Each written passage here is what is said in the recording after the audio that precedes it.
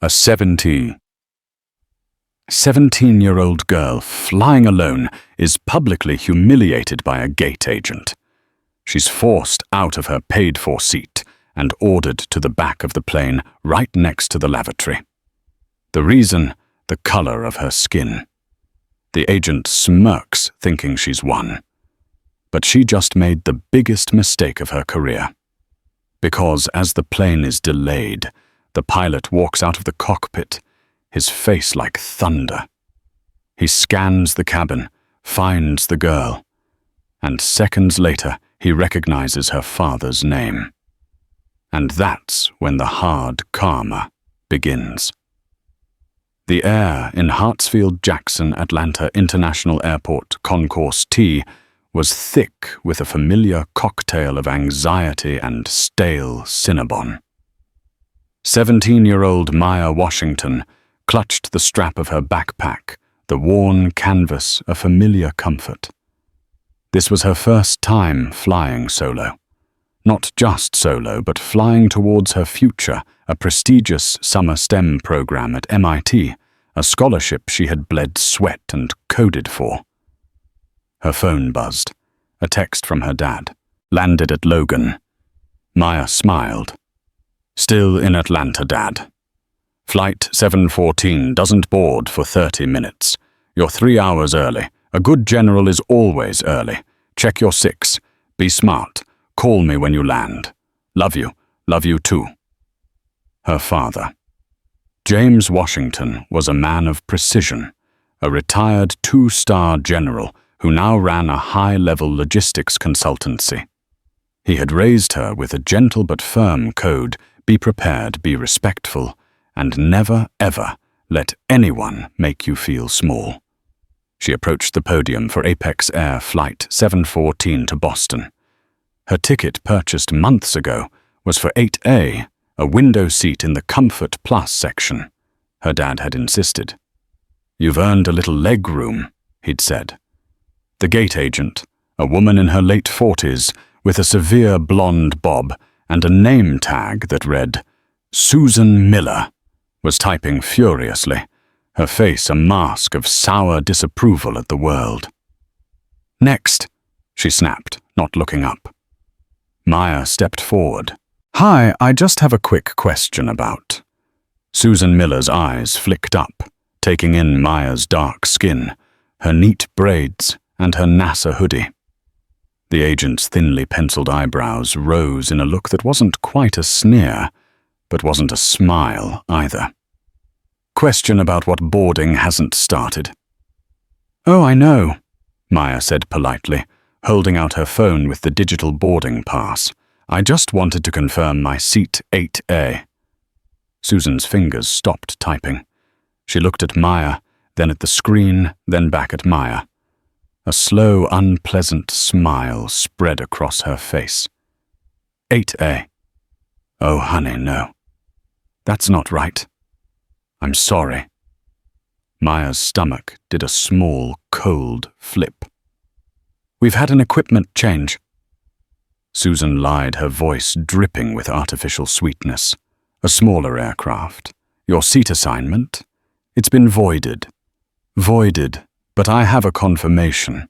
"Everyone has a confirmation, dear," Susan said, cutting her off. She began typing the clack, clack, clack of the keys, sounding like tiny hammers of doom. "The system has reassigned you. It's just what happens." She ripped a piece of flimsy paper from the printer. "Here." Maya looked at the new boarding pass. Seat 34E. 34E. Maya said, her voice rising slightly. That's the last row. In the middle." "That," Susan said, her voice turning to steel, "is the only seat we have available for you. We need to reserve the premium cabins for our actual platinum members and full-fare passengers." The implication was clear. You are not one of them. You don't belong here. A man behind Maya, a large man in a business suit, huffed impatiently. "Can we get this moving?" "Ma'am, please," Maya pleaded, feeling her face heat up with embarrassment. My father paid for 8A. I have the receipt. You are holding up the line, Susan snapped. Her gaze was cold, triumphant. Your choice is simple. You can take seat 34E, or you can take the next flight, which might be tomorrow. What's it going to be? All the eyes in the boarding area seemed to be on her. The businessman, the college students, the family with the screaming baby. They all saw a black girl arguing with a white woman in a position of authority. Maya knew with crushing certainty how this looked. She remembered her father's words. Don't make a scene. Defeated, she snatched the paper ticket from Susan's hand. Fine. That's what I thought, Susan muttered loud enough for Maya to hear. Enjoy your flight. Maya moved away, her entire body trembling with a mixture of rage and profound humiliation. She found a seat against the wall far from the podium and pulled the hood of her sweatshirt over her head, trying to become invisible. The tears came hot and angry. She was just a kid, and this woman had wielded her tiny scrap of power like a weapon, all because she looked at Maya and decided she wasn't worthy of seat 8A. She wouldn't text her dad. Not yet. He would move heaven and earth, call the airline president, and probably try to deploy a small battalion. This was her problem. She would swallow it. She would endure the 5-hour flight in the worst seat on the plane, and she would survive. But as she watched the platinum members board, she saw Susan smile and greet a white couple. She heard them say, "We were on standby. We weren't sure we'd get on." Susan leaned in conspiratorially. "Oh, don't you worry. I found you 2 much better seats, 8A and 8B. Have a wonderful flight." Maya's blood turned to ice. It wasn't an equipment change. It wasn't a system error. It was malice. It was theft. And it was, she knew deep in her gut, racism. Susan Miller had looked at her, a black teen, and decided she was an easy target to bump for her friends or preferred passengers. The humiliation morphed into a cold, hard stone of anger in her stomach. The call for Group 5 felt like a final insult. Maya was one of the last to board her backpack, now feeling like it was full of bricks. She shuffled down the jet bridge, the flimsy 34E ticket feeling damp in her hand. When she stepped onto the aircraft, a flight attendant named Mark Jennings, a man with a clipboard and an air of supreme self-importance, gave her a plastic-thin smile. "Welcome aboard." As Maya passed the front galley, she looked to her left into the first-class cabin. It was a different world. Then she entered the main cabin and approached row 8. The standby couple, the ones Susan had favored, were settling in. The woman was laughing, placing a small designer bag under the seat. Maya's seat. The man glanced up as Maya paused, her eyes lingering on the 8A on the bulkhead. "Can I help you?" the man asked, not unkindly. "No, I thought this was my row." Maya mumbled, her voice barely a whisper. "Ma'am, you're blocking the aisle," Mark, the flight attendant, said sharply from behind her. Maya flinched and hurried on. The walk from row 8 to row 34 was the longest walk of her life. She passed the comfort class seats, the regular economy seats, and then finally the seats that seemed to be bolted directly to the rear galley wall. Seat 34E was exactly as advertised. It was a prison, a non-reclining middle seat, wedged between a man who already smelled faintly of airport bar whiskey and a young mother who was desperately trying to shush a wailing infant in the window seat. Behind her, the whoosh and clack of the lavatory door was already a drumbeat of her new reality. The smell of blue chemical disinfectant was overpowering. She squeezed past the man, her "excuse me" swallowed by the cabin noise. She sat down, her knees pressed hard against the seat in front of her. She was tall for her age, and the fit was agonizing. She jammed her backpack under her feet, leaving no room for her own. She pulled out her phone for the last time before the door closed. She couldn't help it. She texted her dad. On the plane, it's not great. They moved my seat. I'm in the very back. It's fine, don't worry. I'll explain when I land. What moved where? Call me. Can't. They're closing the door. It's fine, Dad. Really. I'm okay. See you in Boston. Love you. She put her phone on airplane mode and shut her eyes, willing herself to disappear. The plane finished boarding. The man on her right in 34D was already snoring softly. The baby in 34F was not. Maya put in her earbuds, but the cheap airline-provided ones did nothing to block the sound. The head flight attendant, a kind-looking woman named Jennifer, went through the safety demonstration. Then the pilot's voice came over the PA system. "Good morning, folks. This is your captain, David Harris, speaking. Welcome aboard Apex Air Flight 714, with service to Boston. We're just finishing up our final checks with the ground crew and, well, folks, it looks like we're going to have a slight delay." A collective groan filled the cabin. "Seems we have a manifest discrepancy," Captain Harris continued. His voice was calm, professional, but with an underlying edge of gravel. "There's a weight and balance issue. Someone who's supposed to be on this plane isn't in the right seat, and it's throwing off our numbers. We're going to have to hold at the gate while we sort this out. Shouldn't be more than a few minutes. Flight attendants, please cross-check your cabin." Maya's heart hammered. A manifest discrepancy. In the front, Mark Jennings rolled his eyes. "Always something," he muttered to Jennifer. Jennifer picked up her tablet. "Well, let's start from the top. I'll take the port side, you take starboard." "Fine." Mark sighed, and he started his way down the aisle, his tablet in hand. He didn't check faces. He just scanned seat numbers. 1D1F, 2D2F. He worked his way back, his voice, a monotone drone. The baby next to Maya had finally cried itself to sleep. The man in 34D was now leaning onto Maya's shoulder in his slumber. She sat pinned, miserable and trapped. Finally, Mark reached the back row. He looked at the man. 34D check. He looked at Maya. 34E. He looked at his tablet. He frowned. "You're 34E?" He asked, his tone skeptical. "Yes," Maya said.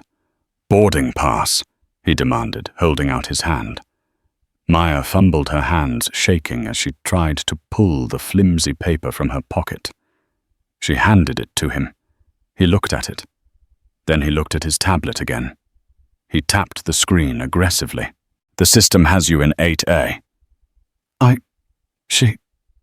The gate agent," Maya stammered. "Susan Miller. She moved me.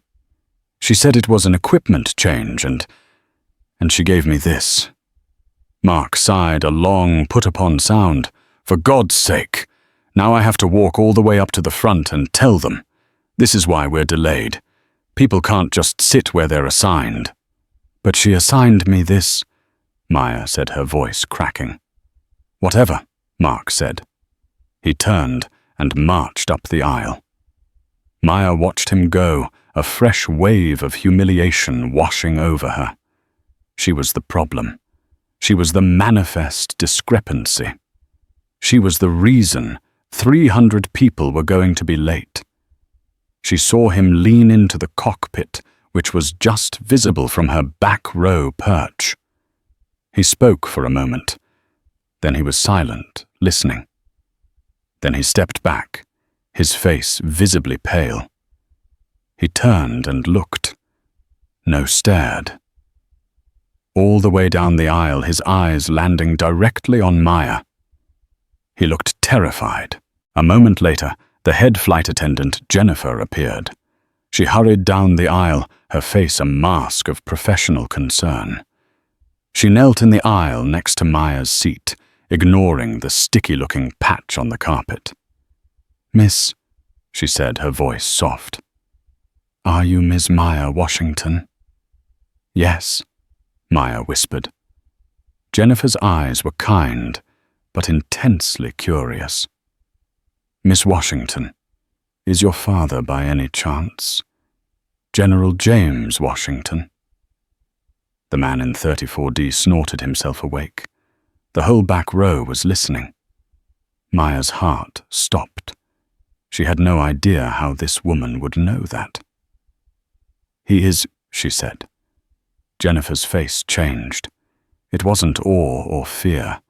It was recognition and something else. A dawning, horrified understanding. "Oh my God," Jennifer whispered. She touched her earpiece. "Captain, you need to hear this." "Yes." She stood up. "Miss Washington, please, don't move. I'll be right back." She practically ran to the cockpit. The cabin was no longer restless. It was silent. The palpable shift in energy was a physical thing. Passengers who had been buried in books or headphones were now looking around, sensing the drama. They had all seen the head flight attendant sprint to the cockpit. They had all seen Mark Jennings, the rude attendant, standing near the galley white as a sheet, looking back at Maya. Maya just sat there, pinned in 34E, her mind racing. How did they know her dad? He was retired. He wasn't a celebrity. He was just Dad. A dad who had commanded men in combat. A dad whose name apparently meant something. The cockpit door opened. It wasn't a flight attendant who emerged. It was the captain. Captain David Harris was tall, with short-cropped salt and pepper hair and a face that looked like it had been carved from granite. He wore his uniform not as a costume, but as a second skin. His captain hat was off, tucked under his arm, and his 4 gold stripes gleamed in the cabin light. He didn't look angry. He looked cold. A type of cold, focused intensity that Maya recognized instantly. She'd seen that look on her father's face. The plane was silent. The thunk of the captain's shoes on the aisle carpet was the only sound. He didn't stop in the front. He didn't pause in Comfort Plus. He walked the entire length of the aircraft, his eyes fixed on the back row. Every passenger turned to watch him. It was a procession of one, and it was terrifying. He stopped in the narrow aisle directly in front of Maya's row. He didn't look at the man in 34D or the mother in 34F. His eyes, a sharp, piercing blue, locked directly onto Maya. He didn't speak. He just looked at her, then at the flimsy paper ticket in her lap, then back at her face. "Are you Maya Washington?" he asked. His voice was not loud, but it cut through the silence like a knife. Yes, sir," Maya whispered. "And your father is James Washington, General, from the 501st Air Refueling Wing." It wasn't a question. It was a statement. "Yes, sir," Maya said, her voice a little stronger. "He's retired now." Captain Harris's face softened for just 1 second. A flicker of something, a memory. Then the cold focus returned. "Mom," he said, and the word was a hammer blow of respect. "What are you doing in seat 34E? I was assigned it," Maya said, her voice trembling. "The gate agent. She said my original seat was gone. 8A. She said it was an equipment change. She put me here." The captain's eyes flicked to the lavatory door, then to the non-existent space between Maya's knees and the seat in front of her. His nostrils flared, taking in the smell of disinfectant and stale air. He looked at the man in 34D, who was now wide awake and trying to shrink into his seat. He looked at the baby now stirring in 34F. "An equipment change," the captain repeated, his voice flat. He knew, and Maya knew, it was a lie. The aircraft they were on was the exact 737-900ER that had been scheduled. He held out his hand. "May I see your original boarding pass, Ms. Washington, the one on your phone, and the one the agent gave you?" Maya's hands were shaking so badly, she almost dropped her phone. She unlocked it and pulled up the QR code for 8A. Then she handed him the paper ticket for 34E. He looked at the phone. He looked at the paper. "Mark," he barked, not even turning his head. Mark Jennings stumbled out of the rear galley. "Yes, Captain.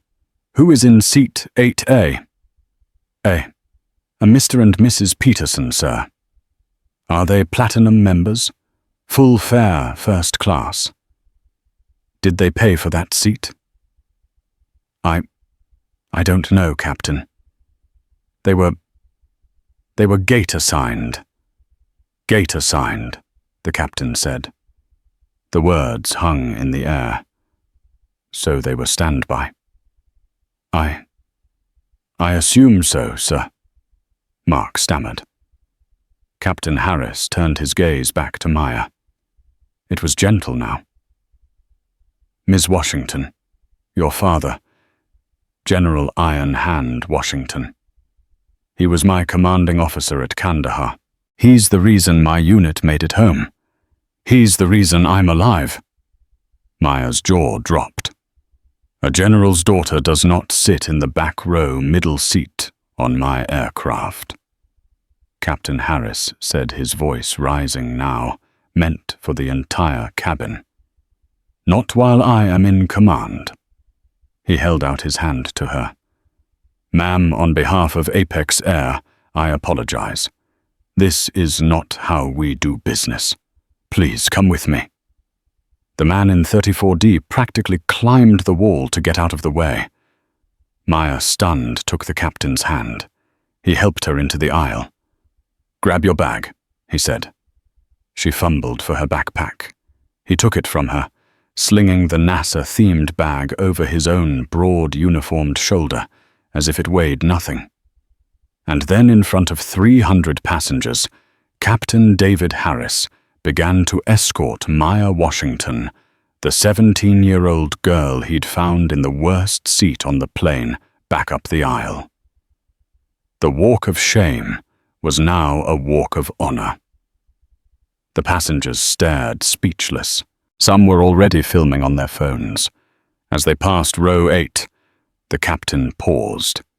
He looked at the standby couple in 8A and 8B.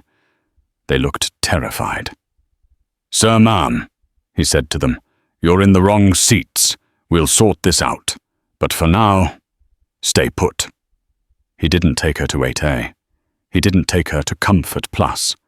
He walked her straight past the galley, through the curtain, and into the first-class cabin. He stopped at seat 1A, a large plush leather seat with its own TV screen and more legroom than Maya's bedroom.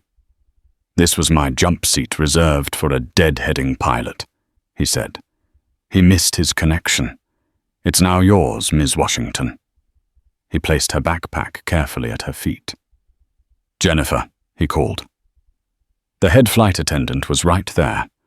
"Captain, Ms. Washington will be our guest in 1A. She gets whatever she wants. Pre-departure beverage, hot towel, the full service. Do you understand me?" "Absolutely, Captain," Jennifer said, smiling at Maya. "Ma'am, can I get you a water? An orange juice?" "Water? Water would be great," Maya stammered, sinking into the seat. "You got it," Jennifer said. Captain Harris gave Maya a short, respectful nod. "Please get comfortable. I have a phone call to make." He turned and walked not back down the aisle, but straight into the cockpit. The door clicked shut, but not before Maya heard him pick up the radio. "Get me Susan Miller at gate T12, now!" The cockpit of a 737 is a soundproofed sanctuary, but the tension inside could have been cut with a knife. Captain Harris strapped himself back into the left-hand seat. His first officer, a young man named Ben, looked at him wide-eyed. "What's going on, Captain?" Ben asked. "Injustice, Ben. That's what's going on," Harris said, his voice a low growl. He adjusted his headset. "And we're going to fix it." He clicked the radio. "Apex Operations. This is Captain Harris, Flight 714, still at the gate at T12. I need to be patched through to the gate agent on duty, Susan Miller. Confirm." A crackle. Then a voice from the ops center. 714, we confirm. Patching you through to the agent's desk. Stand by." There was a click, and then the tinny voice of the woman who had ruined Maya's day filled the cockpit. "This is Susan at T12. Go ahead, Captain." Her voice was breezy, annoyed, as if he were interrupting her. "Ms. Miller, this is Captain Harris," he said. His voice was dangerously calm. "I'm looking at a manifest discrepancy, and it all seems to trace back to your podium. Can you explain to me why passenger Maya Washington, confirmed ticket for 8A, was forcibly moved to 34E? There was a pause. "Oh, that," Susan said, her voice tightening. "We had an operational need, Captain. A late-breaking equipment swap. The system automatically reseated." "Stop," Harris said.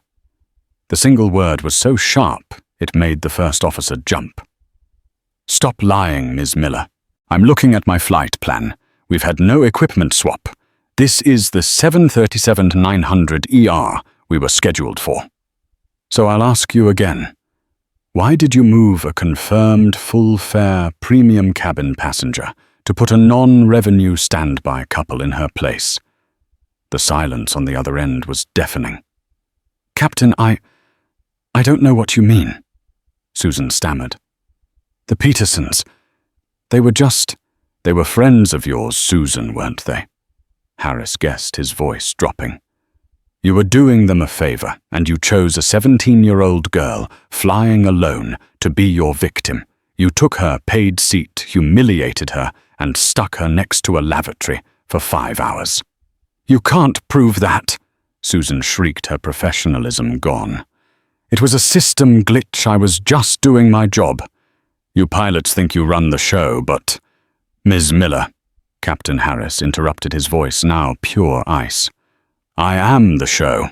My name is on the side of this aircraft, and I am the final authority for the safety and well-being of every passenger on it.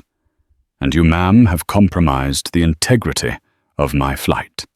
You have committed at minimum passenger fraud by swapping a paid ticket for a non-revenue standby. And you did it, I suspect, based on the passenger's age and race. You can't say that that's slander. Is it I have 300 witnesses who just watched me retrieve this young woman from the humiliation you forced on her? I have a flight attendant who will testify to your rudeness at the gate. And I have the passenger herself, Miss Maya Washington." He paused, letting the name hang in the air again. "And perhaps, Ms. Miller, you're not aware, but Ms. Washington is the daughter of General James Iron Hand Washington, a man I served under, a man who is, shall we say, a very high-value consultant for this airline's new DoD cargo contracts." The radio went completely, utterly silent. The whoosh of the air conditioning was the only sound. Susan Miller was for the first time speechless. She was realizing she hadn't just bullied a teenager. She had kicked a hornet's nest. A very, very big hornet's nest. "Captain Harris," Susan's voice was a reedy whisper. I can fix it. I can move the Petersons." "You will do nothing, Ms. Miller," Harris commanded. "The Petersons are staying in 8A and 8B for the duration of this flight. They will be interviewed by corporate security upon landing in Boston, as will you. Your terminal access is revoked, effective now. You are to be relieved of your post. A supervisor is already on their way to your gate. Do you understand? Me. My job. Your job is the least of your worries, Miss Miller. You messed with the wrong passenger. And you messed with the wrong captain. Harris out. He clicked off the radio and turned to his first officer, Ben, who looked like he'd just seen a ghost. Ben, Harris said, all business. Run the pre-flight check. We're already late. Let's get this bird in the air. Yes, Captain. Harris then clicked the PA for the cabin. Folks, this is your captain again. My sincere apologies for the delay. We had a serious personnel matter that needed to be addressed. It has been. We are now cleared for departure. Flight attendants, please prepare the cabin for takeoff. In 1A, Maya was holding a cold bottle of water, a hot towel resting on her hands. Jennifer, the head FA, had also brought her a small box of first-class chocolates. You okay, honey? Jennifer asked softly. Maya looked up, her eyes still wide. I think so. Did all that just happen? It did. Jennifer said, her eyes glinting with a fierce satisfaction.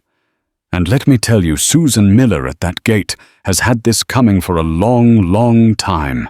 We've all filed reports. You were just the final straw. You should be proud. You're tougher than you look, Ms. Washington.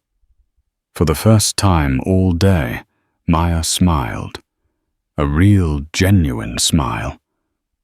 My dad says that too. The flight to Boston was for Maya surreal. The 5-hour journey she had been dreading was now comfortable. More than comfortable. She had watched a movie, eaten a surprisingly delicious meal of chicken piccata, and had a small, warm molasses and chocolate chip cookie for dessert. Jennifer was attentive and kind, checking on her regularly. But the real drama was still unfolding. The ripple effect of Captain Harris's actions spread through the plane. The standby couple. The Petersons in 8A and 8B were in a state of quiet panic. They knew they were in trouble. They had accepted the seats from their friend Susan, knowing it was a bit naughty, as Mrs. Peterson put it. They didn't speak. They didn't order drinks. They just sat rigid for the entire flight, awaiting their fate. The rude flight attendant, Mark Jennings, was a ghost. His public dressing down by the captain, followed by the captain's retrieval of Maya, had shattered his bravado. He was relegated by Jennifer's quiet but firm order to the rear galley. He didn't serve passengers. He washed plastic cups and restocked the soda drawer. His career, he knew, was on thin ice, and he had a terrifying meeting with Captain Harris to look forward to on the ground. Every time a passenger used the rear lavatory, they saw him hiding in the galley, his face a mask of shame. The passengers. The plane was abuzz. The story passed in whispers, and over the in-flight chat system had spread. The girl in 1A, she was shoved in the back. The pilot knows her dad, an army general. The gate agent got fired on the radio. Phones that had filmed the captain's walk were re-watching the footage. Maya was now an urban legend, a symbol of justice. When she got up to use the first-class lavatory, the people in the front of the main cabin smiled at her. An older black woman in row 4 reached out and touched her arm as she passed. You hold your head high, child, she whispered. The captain, Captain Harris, remained in the cockpit. He was flying the plane. But he had also been busy on the secondary radio communicating with Apex Corporate. He had filed a formal incident report known as a captain's report, which in the airline world carries the weight of a legal affidavit. He detailed in precise military-like language Susan Miller's actions, the clear evidence of discrimination, and the fraud. He attached the names of the standby passengers and the flight attendant Mark Jennings as co-parties to the incident. He was, as he had told Maya, building a case. Her father had taught him to never enter a battle without overwhelming force. As they began their descent into Boston, Captain Harris's voice came over the PA one last time. "Folks, we're on our final approach to Boston Logan. We'll be on the ground in about 20 minutes. I want to thank you for your patience today in Atlanta. It's not every day we have to correct a situation so publicly.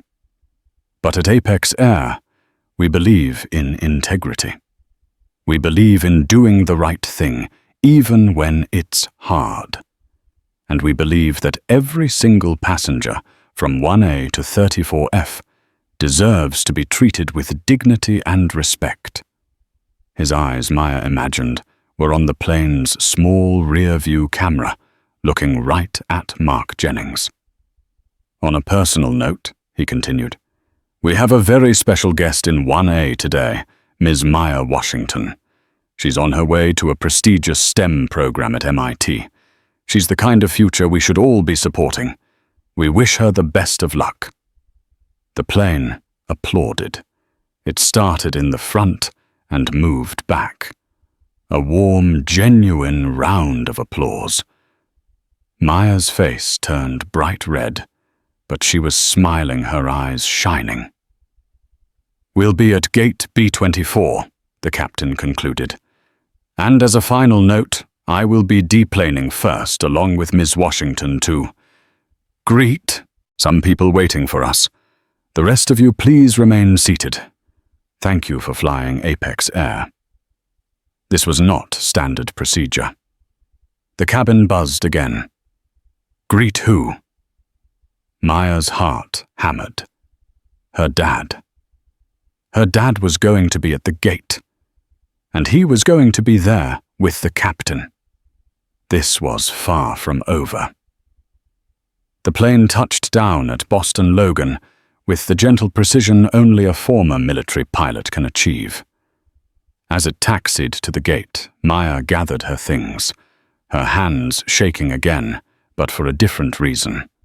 The seatbelt sign pinged off. "All passengers, please remain seated," Jennifer's voice announced. "The captain will be deplaning first." The jet bridge connected with a heavy thud. The cockpit door opened, and Captain Harris emerged, his hat now firmly on his head. He nodded to Maya. "Ready, Ms. Washington?" "Ready, Captain," she said. He walked to the main aircraft door and waited as the ground crew opened it. He stepped into the doorway, looked out, and then a slow, respectful smile spread across his face. "He's here," he said to Maya. He stepped onto the jet bridge. Maya followed her backpack on.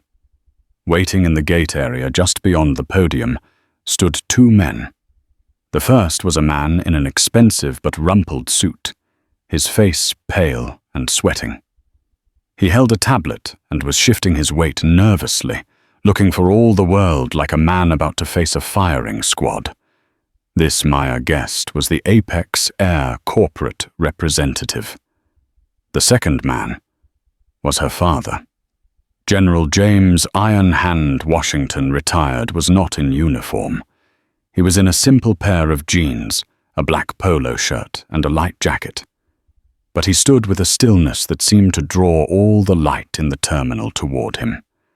He was tall, powerfully built, and his face was calm.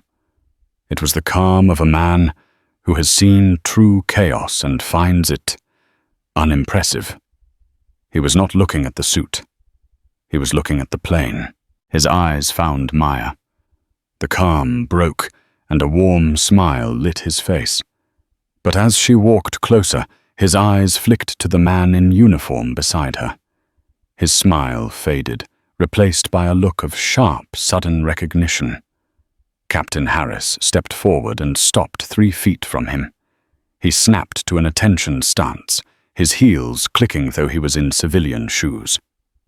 "General Washington, sir," he said, his voice crisp. General Washington's head tilted. "Captain, do I know you?" "Captain David Hawke Harris, sir. 501st. You pulled my unit out of a situation in Kandahar, 2011, a C-130 full of rocket-propelled grenades." The general's eyes widened. Hawke Harris.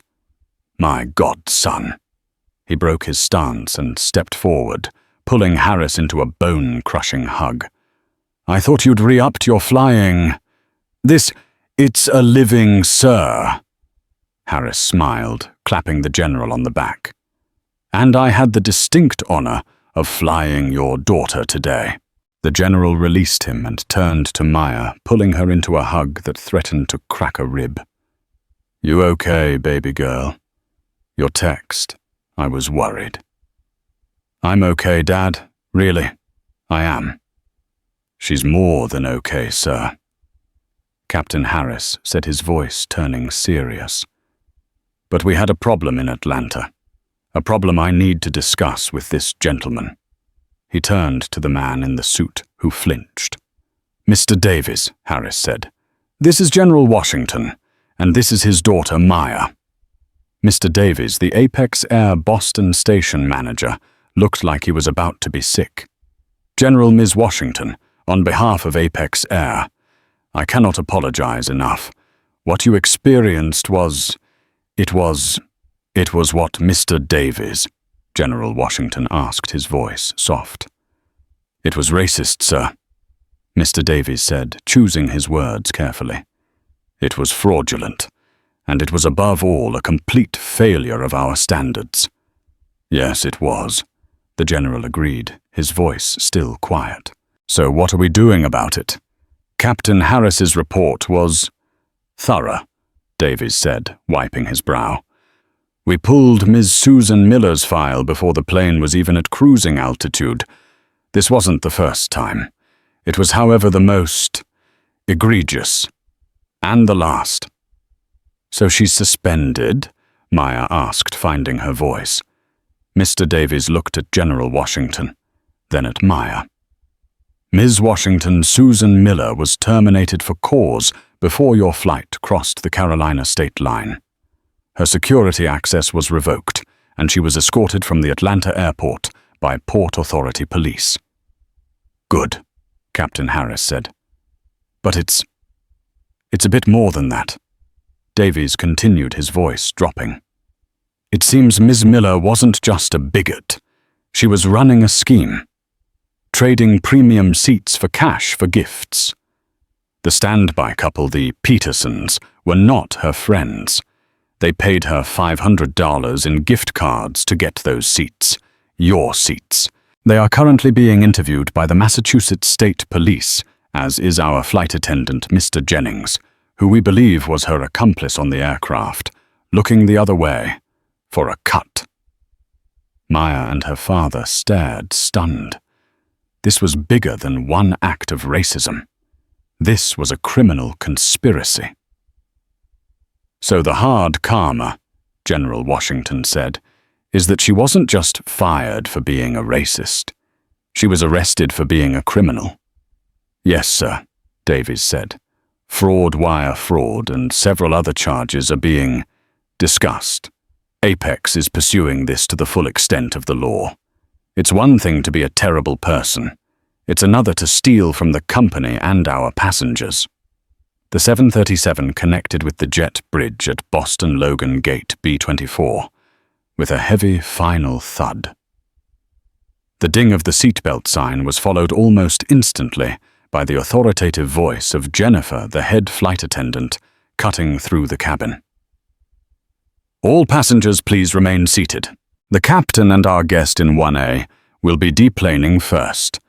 We will begin general deplaning shortly. Thank you for your patience." The cabin, which had been buzzing with the sound of unbuckling belts and zipping bags, fell into a confused silence. Passengers craned their necks, their curiosity palpable. They had been audience to a drama, and they were not being allowed to leave before the curtain call. In the first-class cabin, Captain David Harris emerged from the cockpit, his hat now set firmly and squarely on his head. He looked every inch the man in command.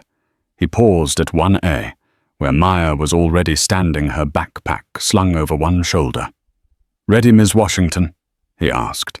His voice was all business, but his eyes were kind. "Ready, Captain?" Maya said, her voice small but firm. He nodded once, then walked to the main aircraft door. He didn't wait for the gate agent to open it. He unlatched it himself with a decisive thwack of the lever. The cool, stale air of the jet bridge rushed in. Captain Harris stepped into the doorway, his broad shoulders filling the frame. He looked out, and his entire posture changed. He wasn't a pilot anymore. He was a soldier. He took a half step back, his body language shifting to one of profound respect. "He's here," he said, just loud enough for Maya to hear. He stepped fully onto the jet bridge. Maya followed her heart, hammering against her ribs like it wanted to escape. The jet bridge was long, sterile, and lit with unflattering fluorescent lights. At the end where the carpet of the terminal began, stood two men. One man was the physical embodiment of corporate panic. He was in his late 50s, his expensive suit rumpled from a day of stress, his tie loosened. He was already sweating, dabbing at his upper lip with a handkerchief and clutching a tablet computer like it was a shield. His eyes, wide and nervous, darted from the plane to the terminal and back. The other man was an island of perfect, terrifying calm. He wasn't in uniform. He was in a simple black polo shirt, dark jeans, and a light jacket. But he stood with a stillness that seemed to suck all the anxious energy out of the air. He was tall. His arms crossed his face, a mask of paternal concern. This was General James Iron Hand Washington, retired. His eyes, sharp and intelligent, found Maya. The mask broke. A wave of relief and love washed over his features. But as Maya and the uniformed captain drew closer, his gaze shifted to the man beside her. His brow furrowed in confusion, then in sharp, sudden recognition. Captain Harris stopped 3 feet from him. He didn't offer a handshake. He snapped to an attention stance, his heels clicking on the industrial carpet. It was a sound that echoed with the force of military discipline. "General Washington, sir," Harris said. His voice was a crisp salute. The general's head tilted. He studied the pilot's face, the 4 stripes on his shoulder, the name tag. "Captain?" "My God. Do I know you?" "Captain David Hawk Harris, sir," Harris said. 501st Air Refueling Wing, Kandahar, 2011. You pulled my C-130 crew and a very problematic cargo out of the fire when our engines got shot to hell. I was the co-pilot." The general's face split into a disbelieving grin. Hawk Harris, I'll be damned." He broke his stance and stepped forward, grabbing Harris in a sudden bone-crushing hug. "Son, I thought you'd be flying an F-35 by now, not a bus." "It's a living, sir," Harris said, laughing as the general clapped him on the back. "And a good one. But I had the distinct honor, and I do mean honor, of flying your daughter today." The laughter vanished. The general released Harris and turned to Maya, pulling her into a hug that felt like a fortress. "You okay, baby girl?" "Your text, it had me worried. I've been on the phone with Apex for 3 hours. I'm okay, Dad. Really, I am." "Now?" "She's more than okay, sir."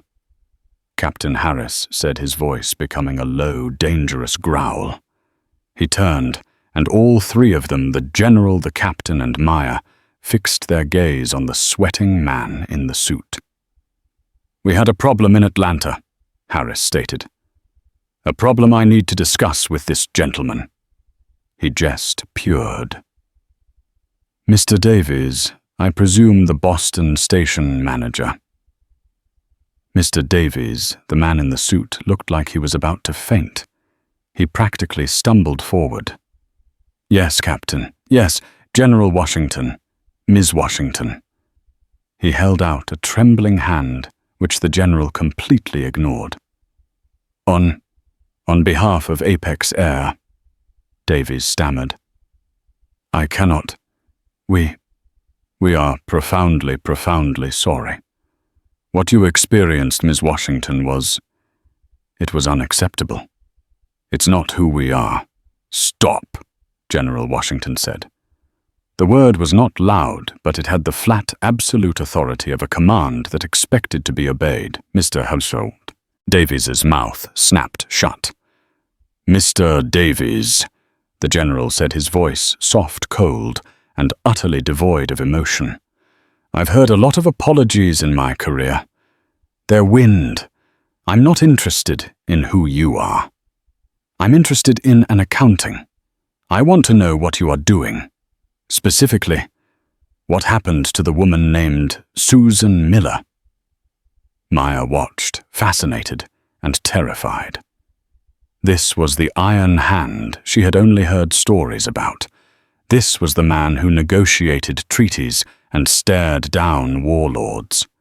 He wasn't her dad right now. He was a force of nature. Mr. Davies swallowed, his Adam's apple bobbing. So Captain Harris's in-flight report was, well, it was a bomb. It landed on the CEO's desk before the plane reached cruising altitude. We immediately pulled Ms. Miller's file. And the general pushed. And it was bad, Davies admitted. A long history of passenger complaints. Dozens. Disproportionately, sir, from passengers of color. Young people. People flying on non-US passports. All of them. Unsubstantiated. All of them dismissed by her supervisor, who, I might add, is also being investigated. "So you're suspending her," Maya said, finding her voice. It sounded small, but it cut through. "She gets a paid vacation for being a racist." Mr. Davies's eyes snapped to her, and for the first time, he looked genuinely pained. "Ms. Washington." "No. Susan Miller was not suspended. Our VP of Eastern Operations called her at the gate podium in Atlanta while your flight was over Tennessee. She was terminated for cause effective immediately. Her security badge was deactivated mid-call. She was told to gather her personal effects." "Good," Captain Harris said, his arms crossed. "But it's more than that," Davies said, his voice dropping. He looked around as if to see if any passengers were listening from the plane. "When we told her she was fired, she threatened to sue. She said she was just doing her job and making the airline money. She implicated herself, ma'am." "Implicated?" the general said, his eyes narrowing. "It wasn't just racism, General. It was a crime." Davies said, the words rushing out. "It turns out Susan Miller wasn't just doing favors. She was running a black market. The Petersons in 8A and 8B, they weren't her friends. They were clients. They confessed to our ground security in Atlanta. They paid her $500 in Visa gift cards to get those seats. Your seats, Ms. Washington." Maya's jaw dropped. She sold my seat. She's been doing it for years, apparently," Davies said, shaking his head. "Trading premium seats for cash, for gift cards, for hotel vouchers. We found Venmo transactions. We found a lot." So when Ms. Miller was escorted from the terminal, it wasn't by Apex Security. It was by the Atlanta Port Authority Police. She is currently in custody, sir. In custody, the general repeated, tasting the words. Yes, sir. The Atlanta DA is enthusiastic. They're talking wire fraud theft by deception, and because it's an airport, they're even looking at federal charges. The karma, sir. It's as hard as it gets. She wasn't just fired for her bigotry. She's going to jail for her greed. A long silence settled over the jet bridge. Maya let out a breath she didn't even know she was holding. It wasn't just justice. It was consequence. Captain Harris broke the silence. And the flight attendant Mark Jennings. Davies's face soured. Mr. Jennings, her inside man. His file was just as bad. We believe he was her accomplice on the aircraft, confirming the illegal seat swaps handling, or mishandling, the passenger complaints to make them go away. He got a cut. His employment is also terminated. We've flagged his file with the FAA and all other major US carriers. He's finished. He will be lucky if he isn't named as a co-defendant in Ms. Miller's fraud case. And the Petersons? Maya asked. Banned from Apex Air for life, Davies said instantly, and they're cooperating very fully with the Atlanta PD to avoid being charged as accessories. They sang like canaries. Finally, Mr. Davies looked like he could breathe. He had delivered the payload, and it had been satisfactory. He moved into the final phase of his mission. General Ms. Washington, our CEO, Mr. Chen, has been on the phone with your father, sir. He's already approved this. He handed a thick, expensive-looking envelope to Maya. That is a full cash refund for your flight. That is also a certified check for $10,000 made out as a donation in your name to the MIT STEM program you're attending. He handed a second, smaller envelope to the general. And for you and your family, sir, 1 million loyalty miles, and Mr. Chen's personal cell phone number. He would also like to personally fly to Boston tonight to apologize to you both. The general held up a hand. That won't be necessary, Mr. Davies. What is necessary is that you fix your broken system. This thing with Miller grew because no one was watching. The complaints were ignored. Fix it. Yes, sir, Davies whispered. We are. The general's iron hand persona finally melted away. He turned to Captain Harris, and he was just a father again, a grateful one. Hawk, he said, his voice thick. You did more than fly a plane today. You took care of my little girl. I just followed the code, sir, Harris said, standing a little taller. You taught us yourself. Never leave a soldier behind. She's your daughter. She's family. And we don't leave family in 34E. Maya finally understood. Captain Harris hadn't just helped her because he was a good man. He had helped her because he was one of her father's men. He was a member of the same tribe, bound by the same code. He was an extension of her father's own protective will, a guardian she never knew she had. She stepped forward past her father. Thank you, Captain Harris, she said, her voice clear and strong. You saved me. Not just the seat. You made me feel seen. Captain Harris gave her a formal, respectful nod, but his eyes were warm. It was my honor, Ms. Washington. Now go show MIT what you're made of. General Washington put his arm around Maya's shoulder, pulling her close.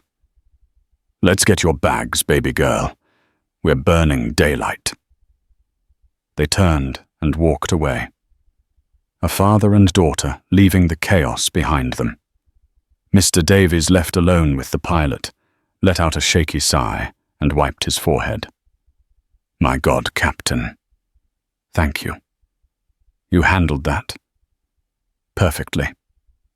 You may have just saved this airline from a lawsuit that would have cost millions. Captain Harris adjusted his hat, his gaze turning back toward the plane where 298 passengers were waiting. I wasn't trying to save the airline, Mr. Davies, he said, his voice cold.